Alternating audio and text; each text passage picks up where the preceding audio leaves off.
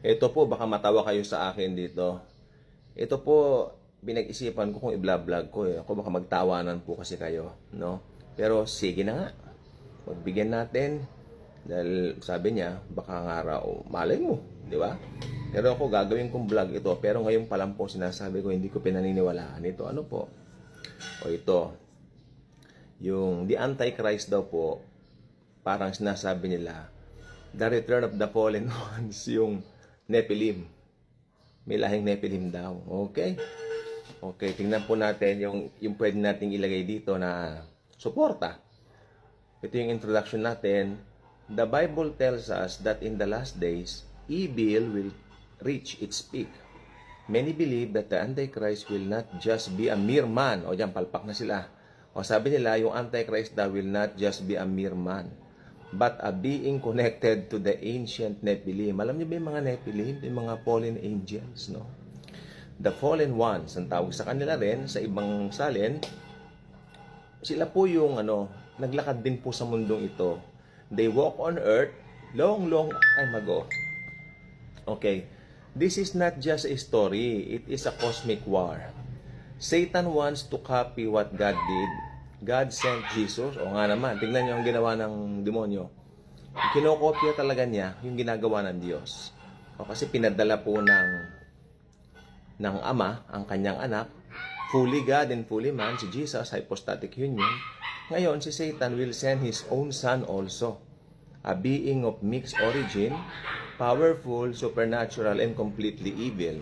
Ito, vlog ko lang po ito, pero bahala na po kayong humusga, ano po. Wala akong babanggitin na ito ang stand ko, ganon. Pero sinabi ko na po sa inyo, hindi ko pinaniniwalaan, ano po. Bahala na kayo. Number 1, who were the Nephilim? Kung magkaroon lang po kayo ng kaisipan tungkol sa Nephilim, sige na rin po. Long ago, before the flood, something terrible happened. Ito po siya, pakibuksan ng mga Biblia, and ignore the dogs, tuta, no? The Nephilim, ito po, nasa Genesis chapter 6, verse 4. The Nephilim were on the earth in those days, and also afterward, when the sons of God went to the daughters of humans, and had children by them. Ay, nagkaanak pala sila dito sa mga ito. They were the heroes of old, men of renown.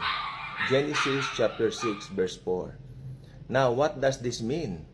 Pag sinabi mong sons of God, hindi po ito yung Son of God na tumutukoy sa Panginoong Hesus. Siyempre, hindi po, malayo po. Sa Bible kasi, pag sinabi mong sons of God, especially in the Old Testament, tumutukoy din to sa fallen angels o watchers, kung tawagin, no?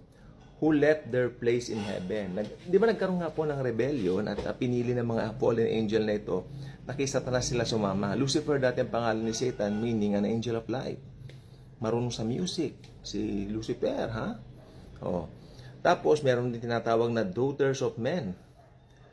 Human women. Meron palang human women, no? Daughters of men. Their children, ito na.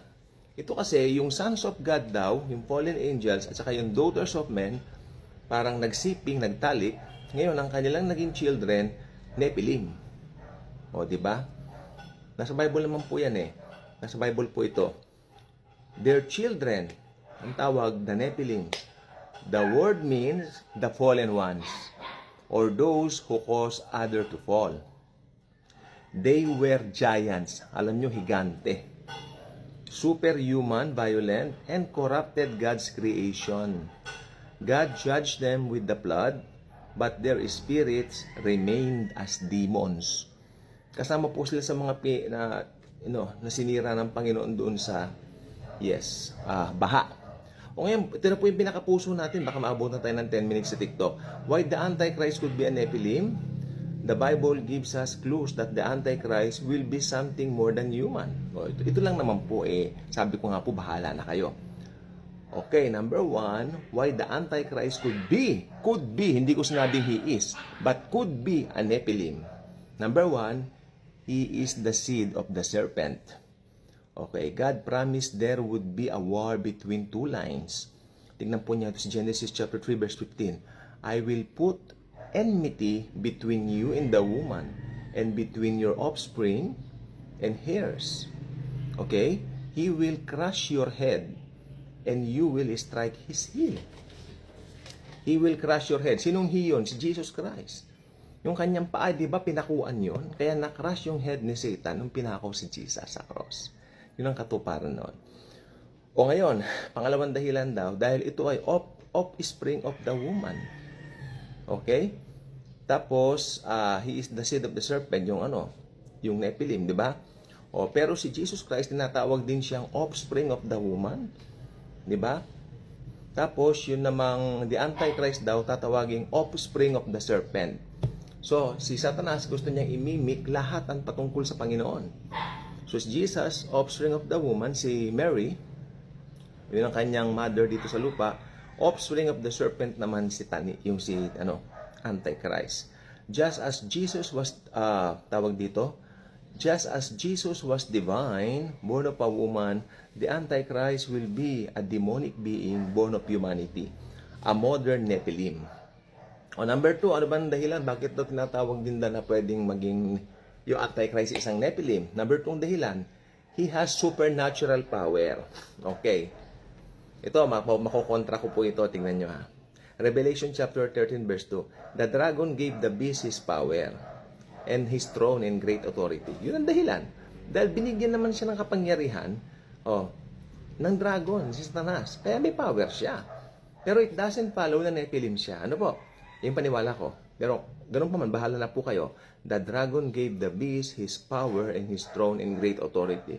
Hindi naman po natin pag-aawayin ito. Diba? Kanya-kanya po tayo dito. They worship the dragon because he had given authority to the beast.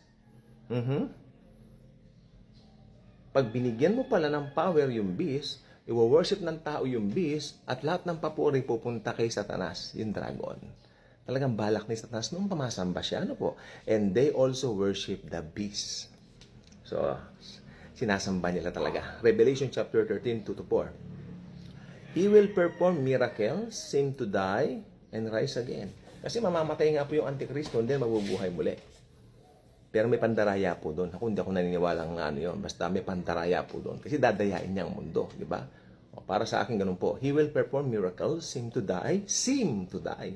Pero I think may pandaraya doon. Kasi dadayain nilang mundo. Seem to die and rise again. And rule with terrifying strength. This is not just human ability. It is angelic demonic power. Pangatlo, panghuli natin. Bakit daw itong pwede nating tawagin na Nephilim? Panghuli. Okay, panghuli na po ito, makinig tayo. He is part of a nation of darkness. You ask if he could be a nation. Yes, Revelation describes his kingdom as made of different parts. Revelation 13:2, ito yung argumento. The beast I saw resembled a leopard, but had feet like those of a bear and a mouth like that of a lion. Revelation chapter 13 verse 2. Tandaan nyo, yung book of Revelation chapter 13, patungkol po yan sa Antichrist na chapter. Okay? This represents a united power led by the Antichrist, supported by other fallen spirits and evil rulers. Okay? Kaya parang nation siya, forming a spiritual nation opposed to God. Okay? So, ayun po natin dito. Pero may warning po tayo, if the Antichrist is indeed a return of the Nephilim spirit, then we are facing something ancient and very powerful. Kung talagang pinaniwalaan mo raw na yan ay talagang Nephilim, sobrang lakas po niyan. Demonyong-demonyo talaga. Okay. Pero tayo mga mananampalataya, we have nothing to fear sapagkat tayo irarapture na. Kaya sabi ni Jesus nga, you dear children are from God and have overcome them. Because the one who is in you is greater than the one who is in the world. 1 John 4:4. At isa pa, sabi niya, I will prepare a place for you, then I will come and get you into myself. Ito yung rapture. Kaya ira-rapture po tayo ni Jesus, no matter how strong the enemy is, whether he is a man or a fallen angel, Jesus Christ is Lord of all. He defeated death and sin, and He will defeat this final enemy completely. Alam naman natin yan, ano? The story of the Nephilim and the Antichrist shows us that this battle is real and spiritual, but it also shows us that God is in control. While the world is deceived by power and glory, let us stay close to the truth. The fallen ones will fall forever, but the children of God will rise to eternal life. Yun lang po. Maranatha, Lord Jesus. Subscribe na kayo. God bless.